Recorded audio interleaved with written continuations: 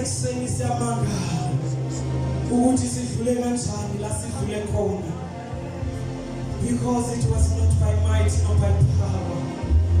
We thank you, Lord, for your grace. We thank you, Lord, for you rewrote our lives. Our lives are no longer the same because of you. Siyabonga moya weqiniso. Nasekuseni sithi phakama ndoda yethu, phakama mabizo sabela, phakama wena oligogo umfazi wenu. Bakhona uThixo benza ngathi banguwe kodwa bangumagogo umfazi wenu.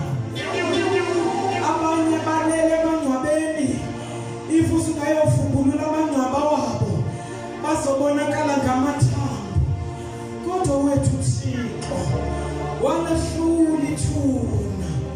Akunathuna ligama phambi kwethu elingeke lihlulwe nguThixo wethu, ngoba wethu Jehova walehlula ithuna. Sibongile kuseni idwala lethu, sithi amen kuwe, sithi amen, sithi amen, sithi amen, sithi amen kuwe, sithi amen, sithi amen kuwe, sithi amen, sithi amen, sithi amen, sithi amen kuwe, sithi amen. City, amen. You are the King of Kings. You are the Lord of Lords. Uyasabela nasekuseni nathi siyehla phambi kwakho ngenxa yokwesabeka kwakho. Glory to the Lord of Lords. Glory to the one who is able to do far more than we can ever imagine. Glory to the one who is able in us. Sibonakala ngathi siyakwazi, kodwa thina sikwazi nguwe osenza sikwazi. Sibongile ekuseni, siyathoba ekuseni ngenxa yakho moya ngcwele. Nathi ePhola Park siyathoba Nkosi ekuseni. Sit, arise, oh King Jesus. Arise, oh Lord of Lords. Arise, Nkosi yenkazimulo. The gates are open. The ancient gates are open in this place. They are open in our hearts. They are open for the King of Glory to enter. Do as you please, oh Holy Spirit. Do as you please. Thina singabantwana bakho, sisisimfu zedlelo lakho. Asiyo yonke into kodwa wena nguThixo wethu. Singasuka kuwe siyephi ngoba amazwi ophi asinawo. Siyakudumisa ekuseni, sithi amen, sithi amen, sithi amen, sithi amen. Jesus.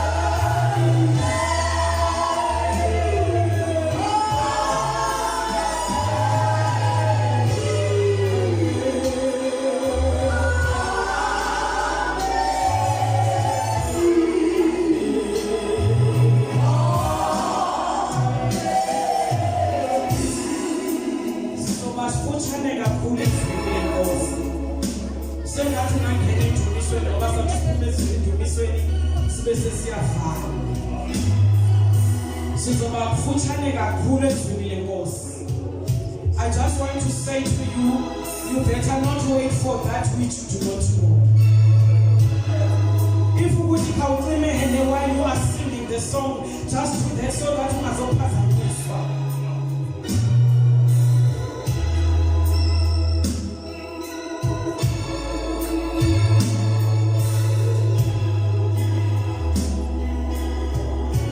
Uba uthi uphakamisa izandla uziphakamisa.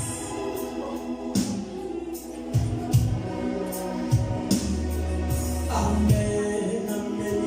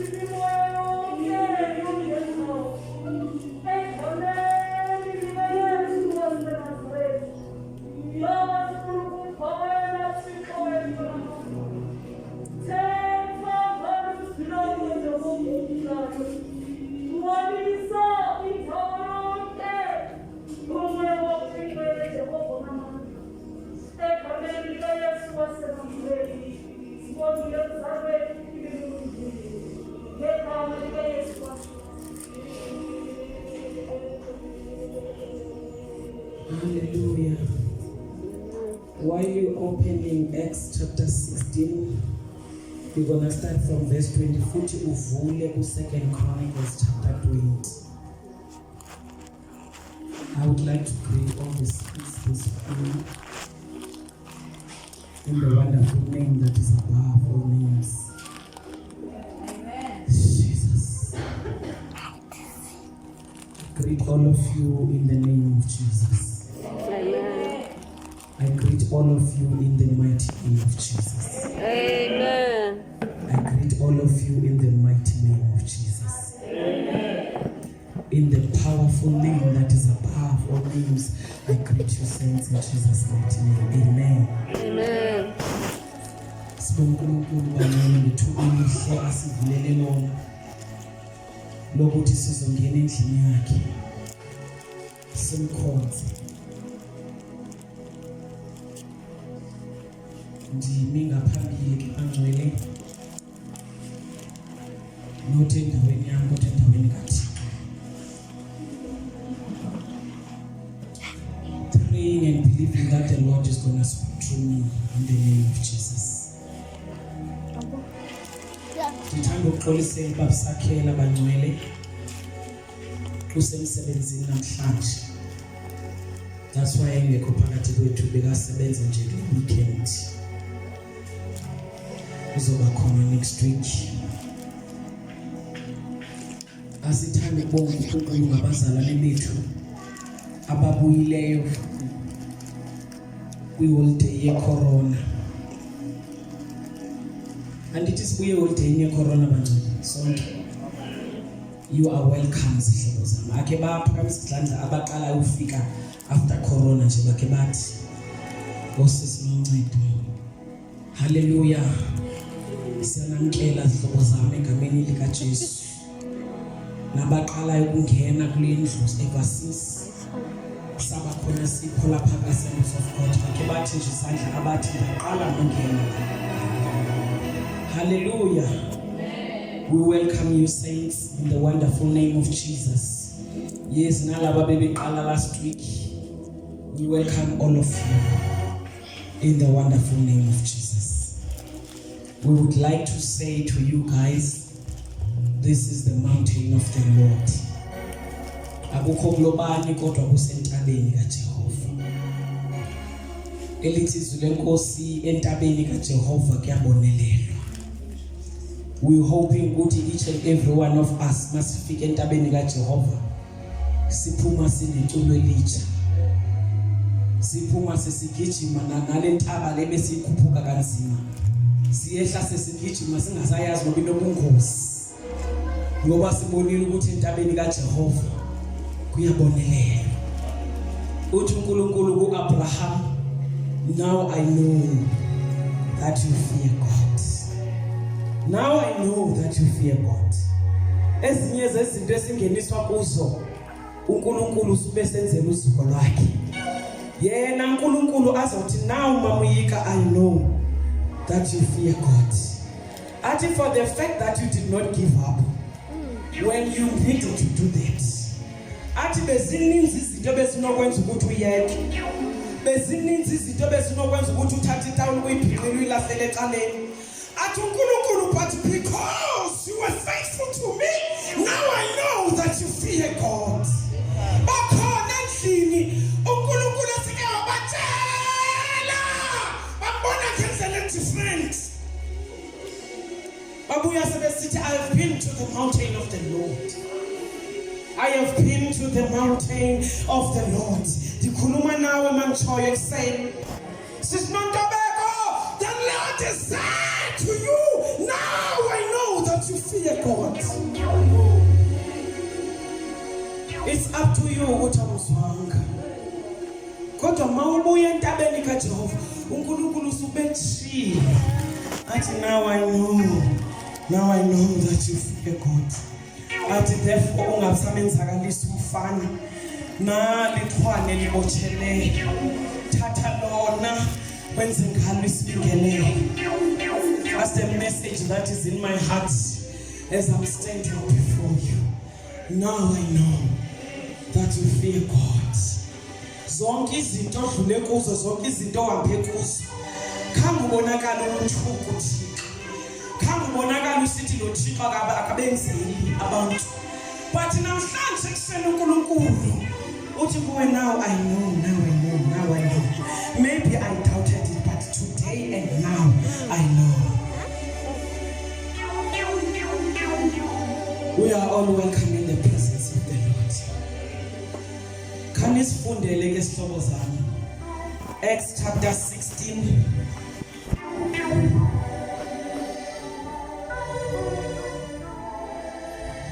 Khawuqale nje pha ku verse 25. Acts chapter 16. Yeah. Verse 25. Yima ke nceshi uzophela pha ku 31. Verse 25. Phakathi kobusuku uPawulosi noSilasi bathandaza bacula bedumisa uThixo. Namanye amabanjwa abeva. Ngesaquphe kwabakho inyikima eyashukumisa izisekelo zentolongo. Kuthiwa ngesantoni ke? Ngesaquphe. Ngathi nawukhwaza ngamandla. Khawuyikhwaze ngamandla lethi ngesaquphe. Ngesaquphe kwabakho inyikima eyashukumisa izisekelo zentolongo. Suddenly there was such a violent earthquake that the foundations of the prisons were shaken. Why? Khawubuyele kule verse engaphambili. Why there was a sudden earthquake? Phakathi kobusuku uPawulosi noSilasi bathandaza bacula bedumisa uThixo. Kuthiwa benzani uPawulos noSilas? Bathandaza Benzani? bacula bedumisa uThixo. Kaka iphinde ke again ngoku with understanding. Uyiqale kakuhle usenal but with understanding.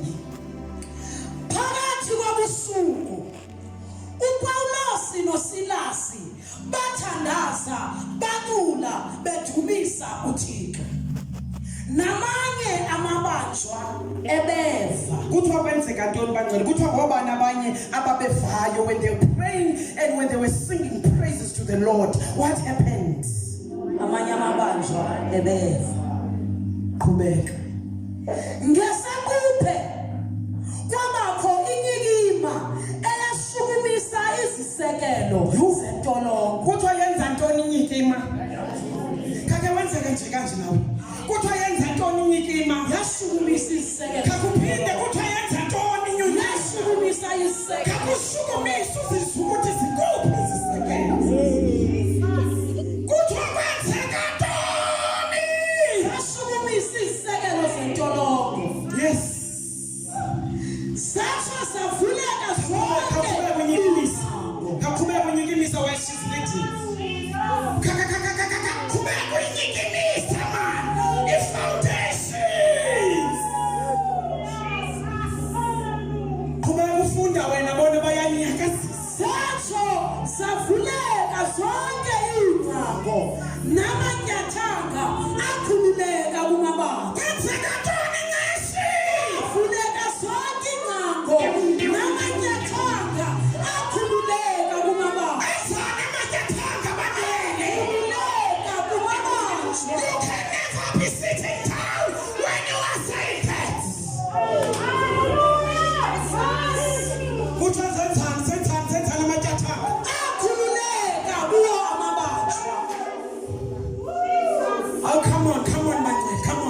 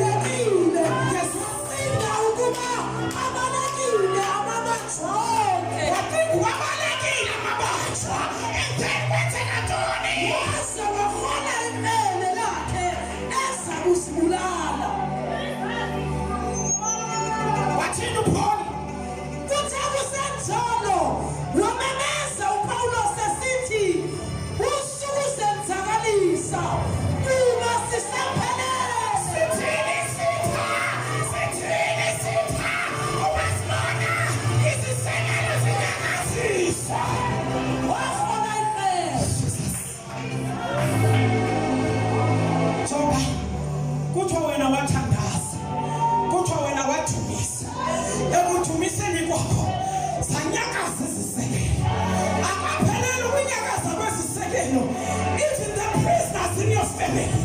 Amangethatha asiwele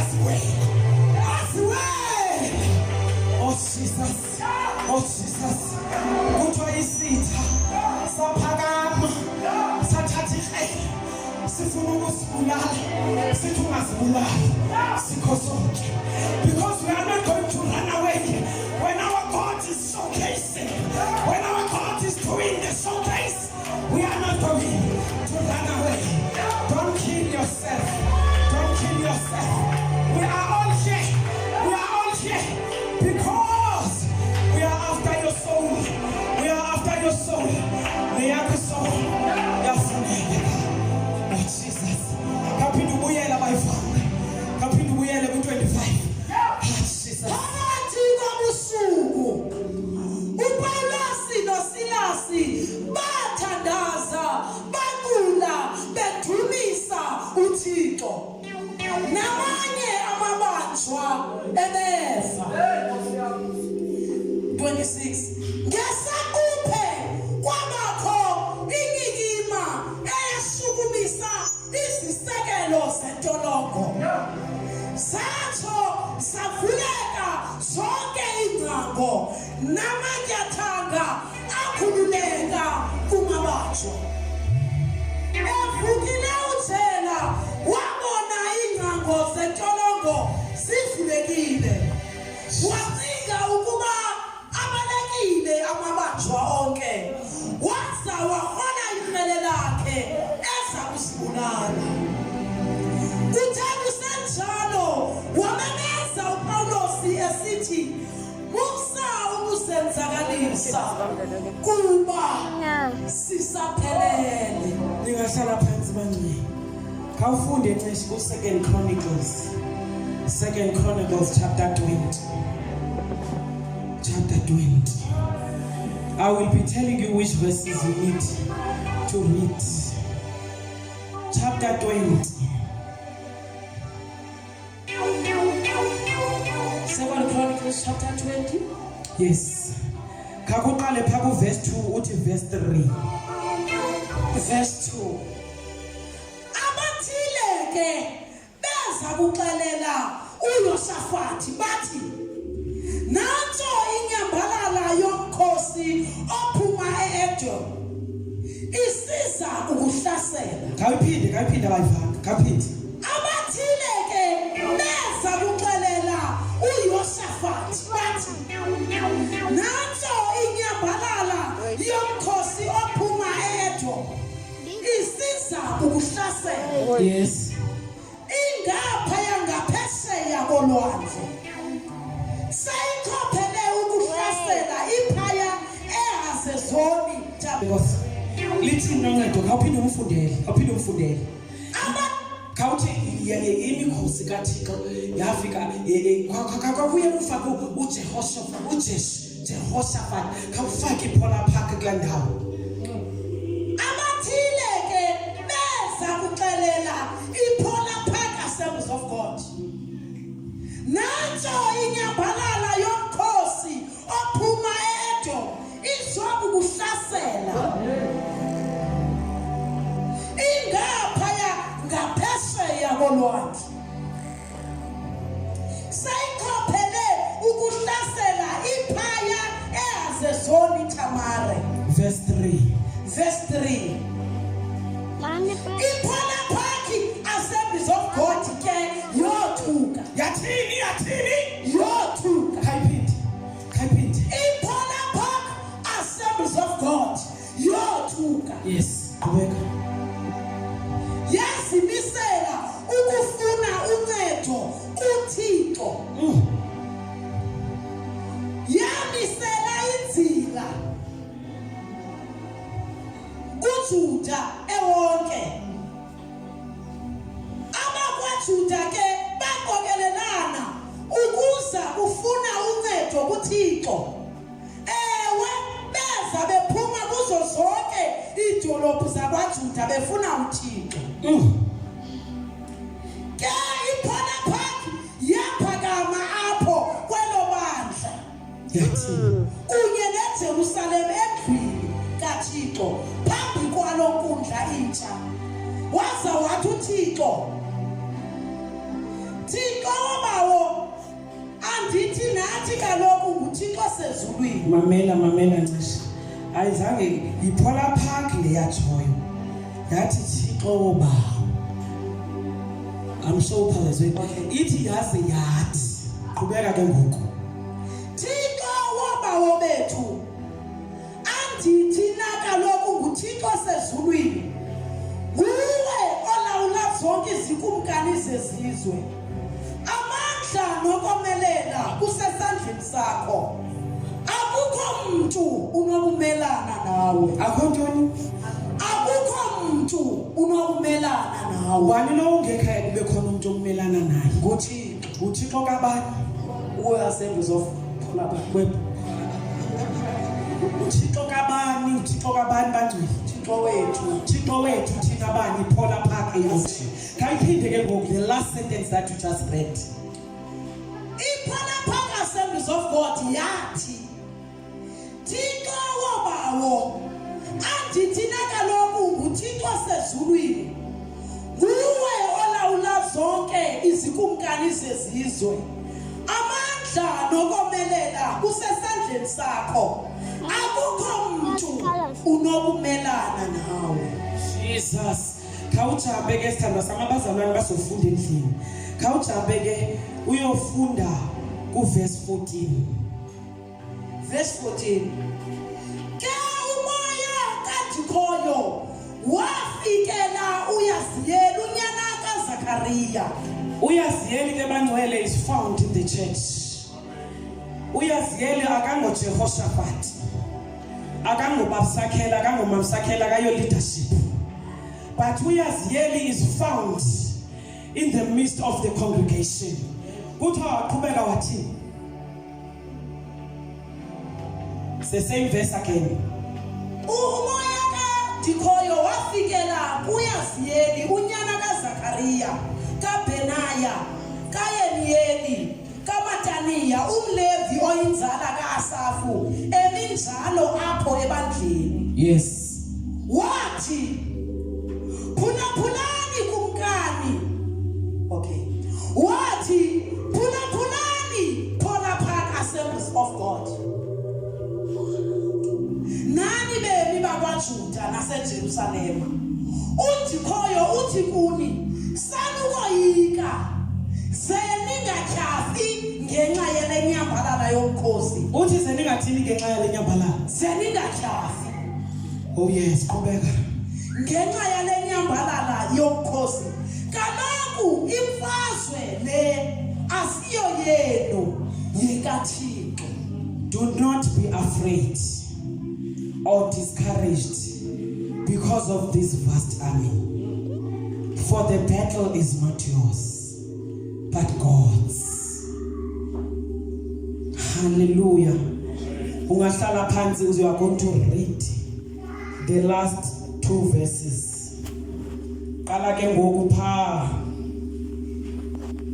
ku verse 21. Verse 21.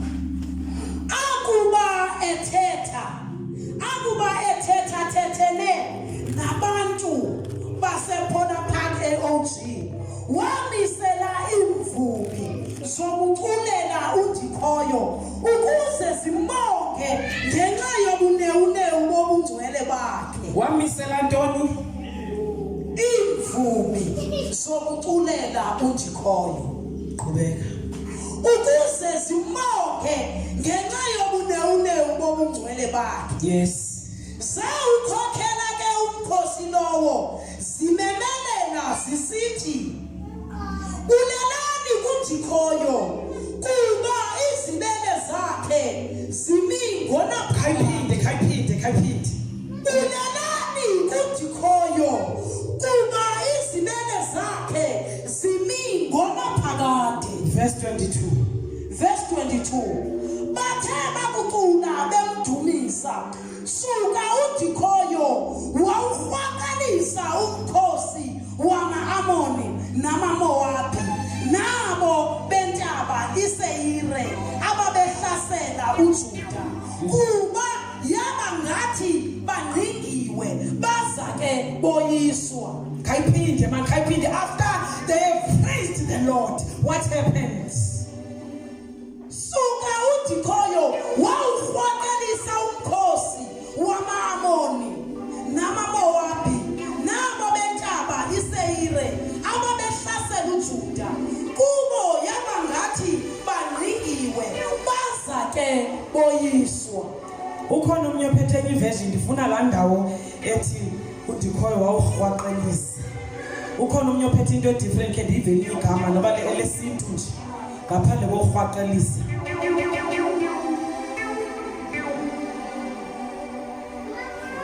Verse 22 ithini isiZulu mamika? Awusiphethanga. Khawufunde nge-English omnye nenye version ye-English, just verse 22.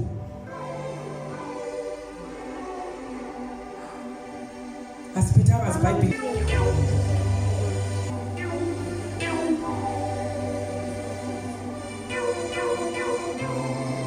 Hayibo bazalwane, niphethe imaski kuphela today. Verse 22, chapter 22 Chronicles. And when they began to sing and to praise the Lord, set ambushments against the men of Ammon, Moab, and Mount Seir, who had come against Judah, and they were self-slaughtered. Amen. Ndifuna ke ngoku another version engathethi nge-ambushment, engathethi nge-ambush. Do we have any other version? Verse 22.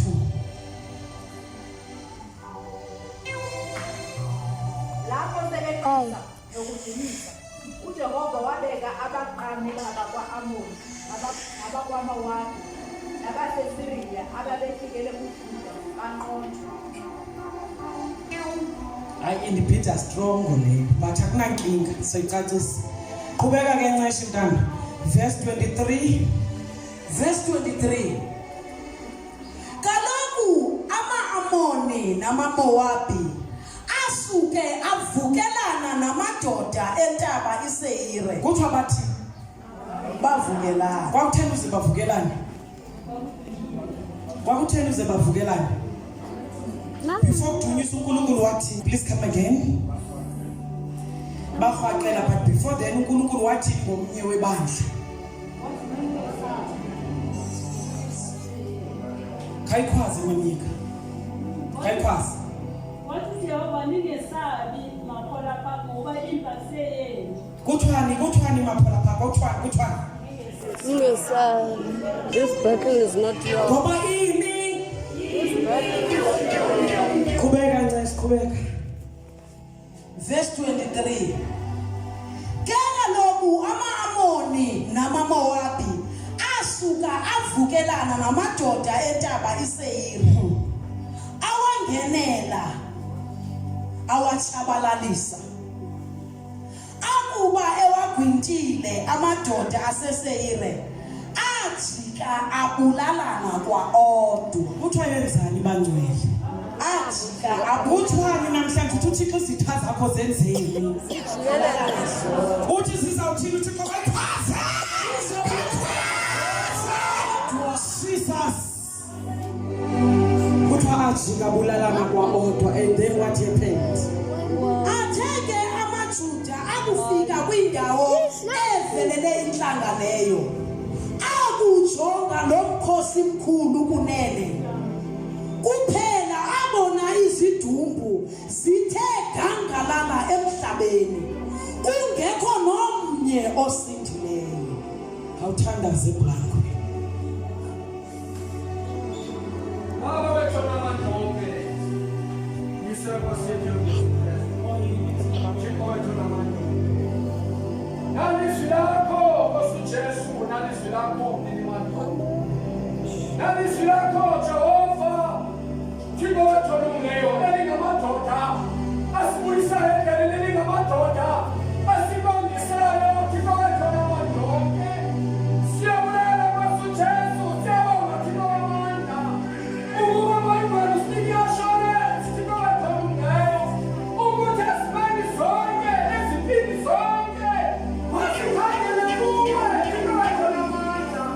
Egameni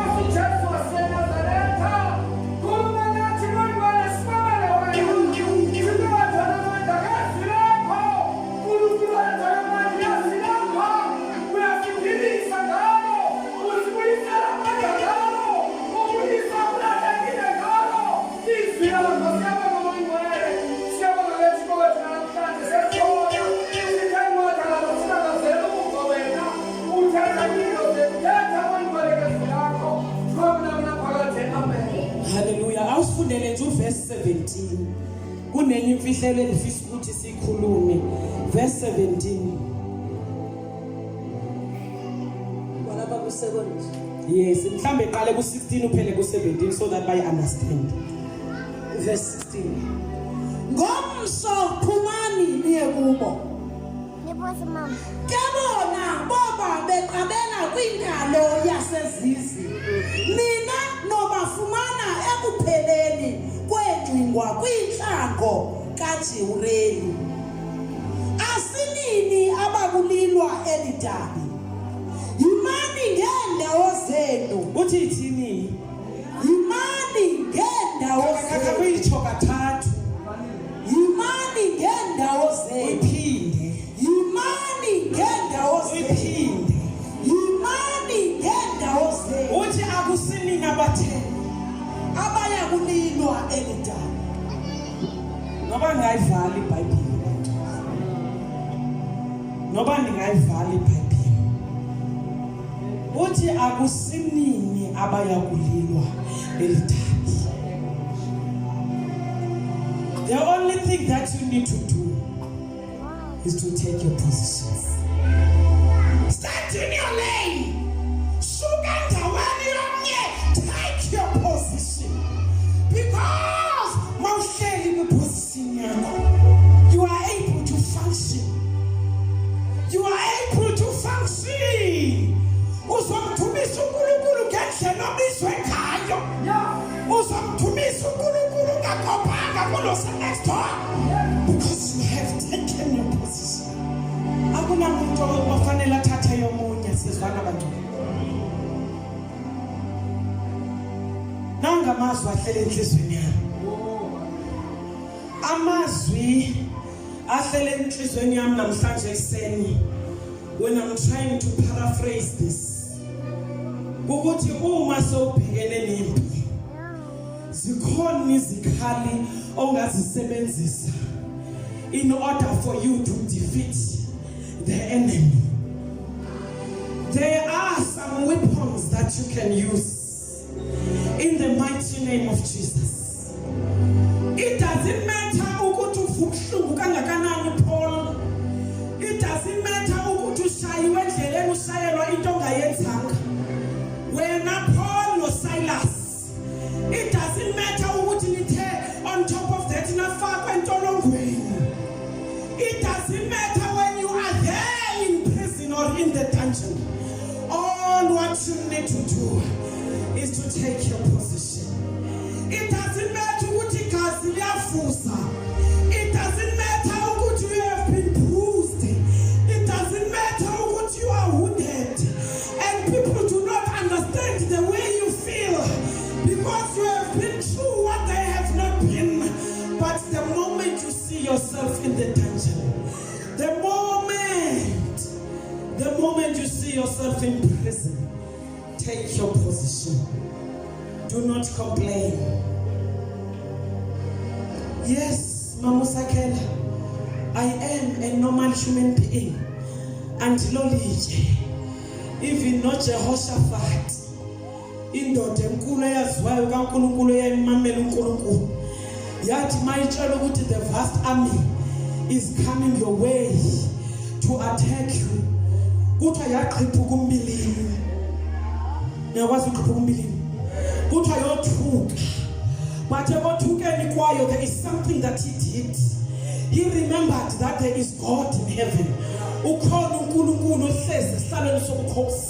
Ebothukeni kwakhe maybe wayehleli kule kona uma bemtshela engqondo efika izinto zihamba kahle. But ebothukeni kwakhe he quickly ran. Wayoma endaweni yokuma and remembered that there is God in heaven and start inquiring from the Lord. What do you do mawuthukile? What do you do mawuthukile wena? Wenza njani wena sisithaka uma uthukile? Uhlala lapha ekuthukeni ukuthi hayi vele angikhathele kudala ngimkhonza uThixo futhi ndidiniwe. Bengithetha nomnye kungensuku zatyala, I think it was last month. Athi badiniwe abantu nobanzi. badiniwe abantu kudala bemkhonza uNkulunkulu izinto zingenzeki. Badiniwe abantu kudala bemkhonza uNkulunkulu behamba kakuhle bengatholi imitshato. Wathi bakhathela abantu, it's not funny that yebo bakhathele because they don't know ukuthi indlela yabo ayiphelelanga emshadweni.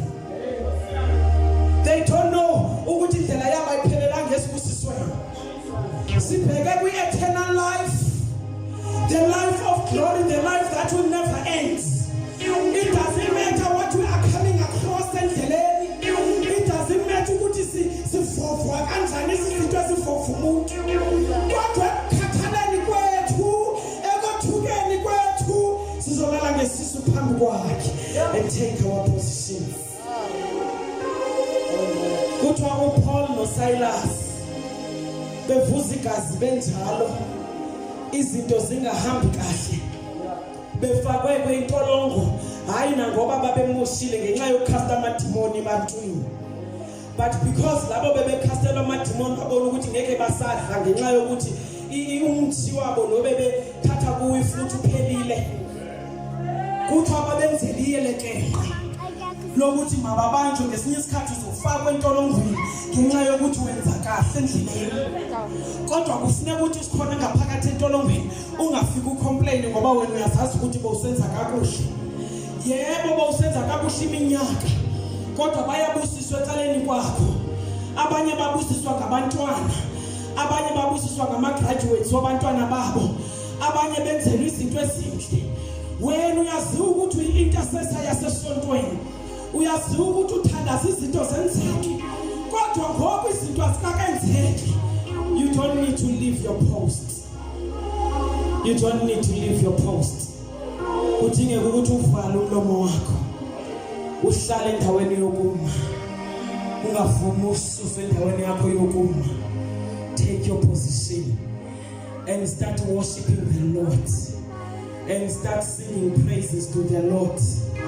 Let me tell you something. Ukudumisa uNkulunkulu ngendumiso wonkulunkulu does not mean ukuthi kusube kumnandi ngaphakathi. Kodwa xa udumisa uNkulunkulu ngamanye amaxesha inyembezi zisube zisiwa, and kusube kusiwa nenyembezi ezishushu ngenxa yobuhlungu odlule kubo. Kodwa wena, you are not going to stop, you are going to continue praising the Lord. Whether izinto zakho zihamba kakuhle okanye azihambi kakuhle, uziyeke inyembezi ezishisayo ziziwele makufuneka ziwile. Trust me, when you are praising the Lord, even other prisoners will start listening to you. Ngoba into ephuma kuwe inamandla, ngoba into ephuma kuwe inomsoco. Ithi mabamamele nabanye abangamabanjwa. They will start looking at you because bafuna ukumbona ukuthi lo Thixo wakho uzokuhlangula yini. Let me tell you something, continue to praise the Lord. Continue to praise the Lord. Uthi bamdumisa uPaul noSilas uNkulunkulu sengathi akukhonto. Bamdumisa uPaul noSilas icabanga ukuthi nemilomo yabo yayinezilonda ngoba babeshayiwe benziwe yonke into, but that has never stopped them ukuthi bangamphakamisa ngaphakathi. Kukhona isikhathi lapho ongaphakathi uzofuneka umphakamisa hayi ngoba inyama yakho ifuna, kodwa ngenxa into yangaphakathi yazana naye, ngoba into yangaphakathi yona ayivumi ukuthi serve according to what you are feeling at that particular time. Into yangaphakathi izophikisana nawe nomtha, izophikisana nawe ncesha into yangaphakathi. Uthi sowufuna ucomplaina, uthi ngoba amandla aya thola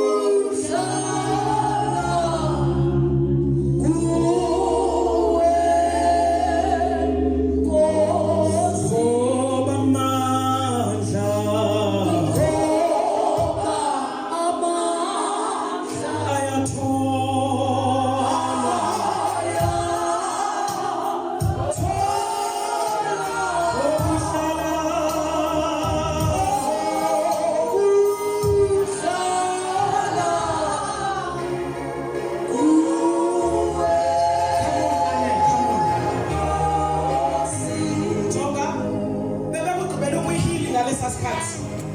Bogqokile usaqaqwayile. Bathi ngalowo usuhlabelela lengoma. Haya